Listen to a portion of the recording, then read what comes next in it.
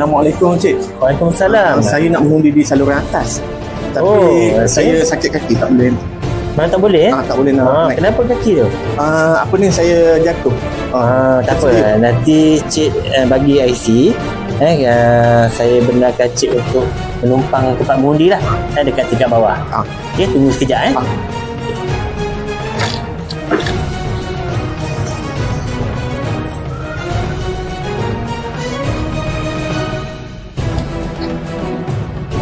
Assalamualaikum. Puan, ni ada pengundi dekat bawah. Dia sepatutnya mengundi dekat tingkat atas ni. Okey. Tapi dia tak boleh sebab dia kaki dia sakit. Jadi dia nak menumpang undi di bawah lah. Jadi saya okey, baik, terima kasih.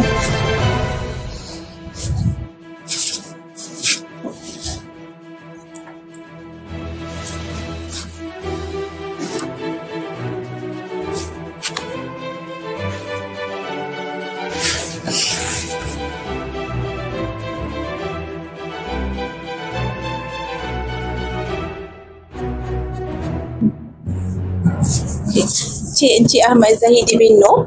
Okey, nak menumpang mengundi di saluran bawah. Okey, saya nak buat pengecapan dulu. Okey, terima kasih.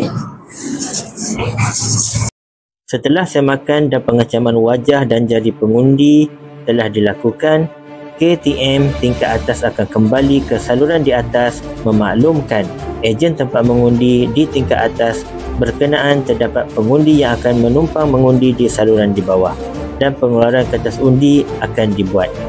Penglibatan kerana pengundian di saluran di atas hanyalah melibatkan KP1 dan KP3 sahaja. Di sini KP1 tingkat atas akan membuat pengesahan pengundi berdasarkan dokumen pengenalan diri pengundi. Seterusnya, KP1 akan meneriakkan maklumat pengundi dan buat penandaan pada daftar pemilih pilihan raya. Seterusnya, KP3 tingkat atas akan mengeluarkan kertas undi dan menyerahkan kepada KTM. KTM tingkat atas akan memasukkan kertas undi dalam sampul khas. Sampul khas ini tidak perlu digamkan dan bawa sampul khas bersama borang SPR 765 dan borang 11 yang telah KTM lengkapkan lebih awal dan bawa ke saluran tingkat bawah.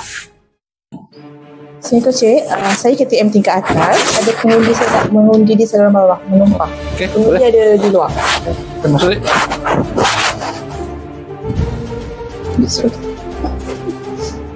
Duduk sini dulu ya.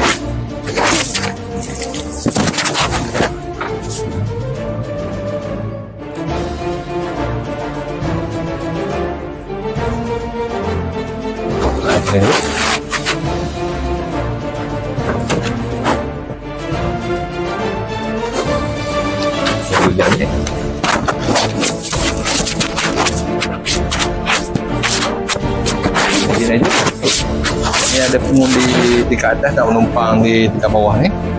So mohon isi dulu.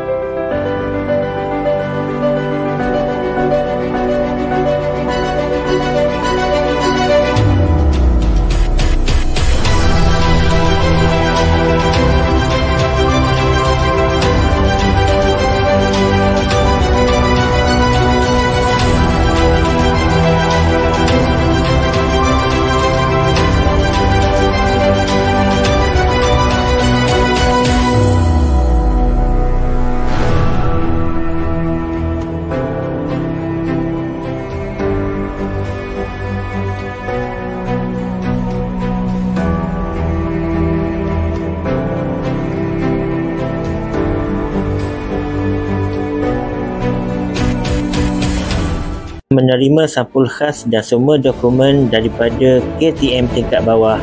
KTM tingkat atas akan membawa sampul khas dan semua dokumen itu naik ke saluran. KTM tingkat atas akan menunjukkan borang SPR 765 kepada ejen tempat mengundi tingkat atas.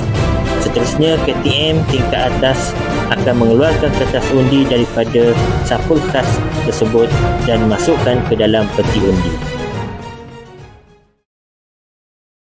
Begitulah tadi cara mengendalikan situasi-situasi ataupun kes-kes khusus yang berlaku ketika proses pengundian. Semoga video ini dapat memberi penjelasan yang cukup kepada petugas-petugas pilihan raya yang terlibat. Sekian, terima kasih.